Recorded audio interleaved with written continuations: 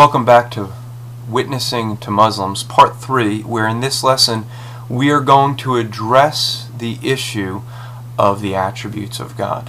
This is probably the core issue, the most important issue that I focus on when I speak to a Muslim. I will try to make sure that if any point is understood, it's this point. This is the one thing I want to make clear to them. The attributes of God and the difference between Christianity and Islam on this issue. What we're going to show is that there's two attributes of God in Islam that cannot be reconciled within Islam, but can be very nicely reconciled within Christianity. The two attributes are God's justice and His mercy. Now, if you ever speak to a Muslim and he refers to Allah, you'll hear him say, Allah the most merciful. If you were to ask a Muslim, what is he trusting in to get to paradise or heaven, he'll say that he is hoping, that he's clinging to the fact that he's hoping that his good work will weigh heavy on the scales of justice with Allah. This becomes an essential thing. His mercy and His justice. We want to take a look at those two. Those two issues are going to be the central point. Now, before I get into a discussion with a Muslim on the issue of these attributes, I first want to get some groundwork laid. And the way I do that is with an illustration. This illustration becomes important. It becomes important because later in the discussion I'm going to use the conclusion of the illustration, but I want to get some commitment from them up front. So before I get into it, I usually use this illustration, and you can use this or any other that works well for you, but I want an illustration that shows justice and mercy against each other in a human sense, so that I can get a commitment from them. This is how a conversation would typically go. I would start a conversation with a Muslim before I get into discussing the attributes of God. I'll say, let me illustrate something to you, and I want to get your opinion on it. Let it say, God forbid, that somebody broke into your home, murdered your family, stole all your property, and he did this not only to you, but to many others. And he did it so that he can pay his way through medical school because he wants to provide free health care to the poor. Now, he feels very bad about what he's done to your family and many others, but he saw no other way to pay his way through medical school so that he could do this good work of this good thing of paying, of providing free health care to the poor. How would you feel about that? Now, the most Muslims will tell me that they think it's wrong. I would agree.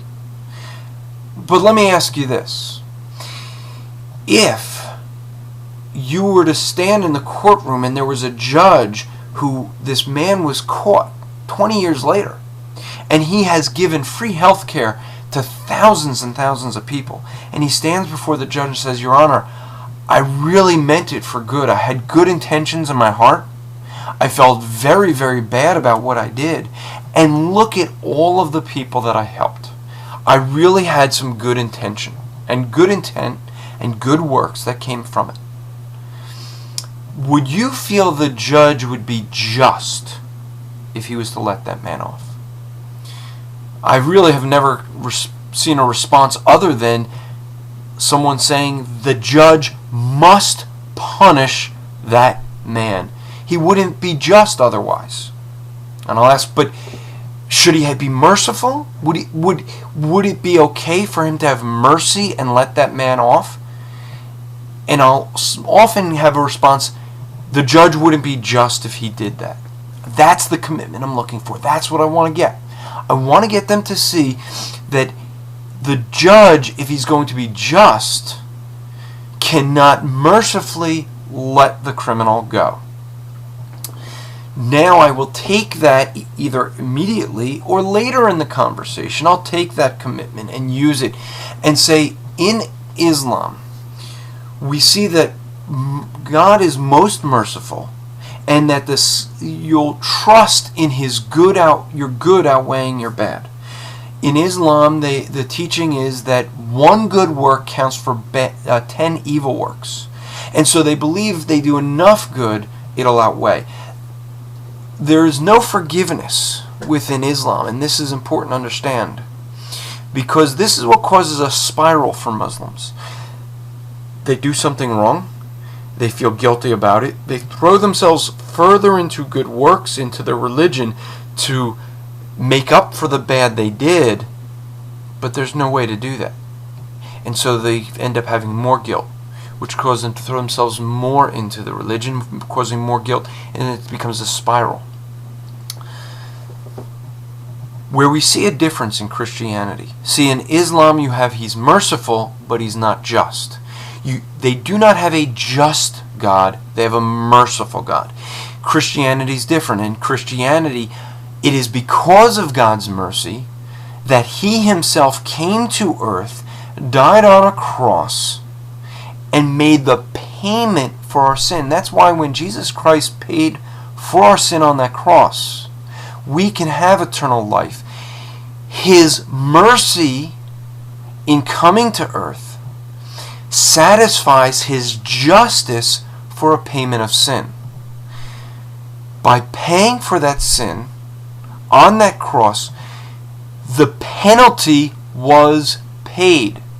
It's just that we didn't pay it. God paid it for us. That's how merciful He is. He's so merciful that He paid the fine for us so that His justice would be appeased. And it could properly be said in Psalm 7:11 that God is a just judge and is angry with the wicked every day. His justice is appeased by His own act of righteousness, of dying on that cross in our place, making a way for us to have eternal life. That reconciles God's justice and His mercy together. Islam doesn't have that. They have no way of reconciling those two attributes of God. They have a merciful God at the sake of His justice. That becomes important because when they look at the two attributes, His justice and His mercy, if God is going to allow rapists and murderers and blasphemers in heaven, then He's not just, He's merciful at the sake of His justice. So it becomes an essential point to focus on with a Muslim, because that's where that reconciliation needs to be if they're going to understand forgiveness of sin. They do not comprehend how, first off, how God could become a man. That's fine, I don't comprehend that either.